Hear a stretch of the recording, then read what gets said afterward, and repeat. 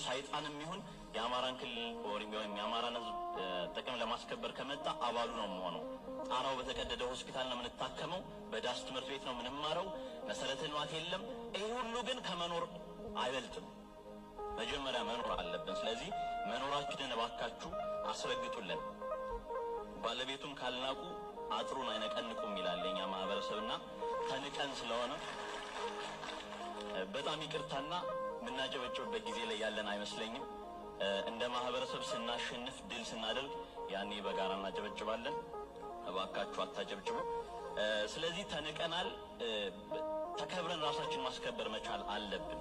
የኛ መሰባሰብ ትርጉሙ ምንድነው? እዚህ ጋር ቀደም ዶክተር አምባቸው አንዳንድ በፖለቲካ ፓርቲ መልክም በሌላ የሚደራጁ አካላት ፈተና እየሆኑብን ነው ብለዋልና ፈተና የሚሆኑብን የነሱን አላማ ካለመረዳት ካልሆነ በቀር የጋራ አማራዊ አላማ ይዘን ከተነሳን ማንኛውም ሰው ኑሮውን ለማሸነፍ ሳይሆን ለማህበረሰቡ ሁለንተናዊ ለውጥ ነው እየሰራ ያለውና ብንረዳቸው ከማንም ጋር ብንሰራ ለውጥ ምናምን ሲባል ነበር።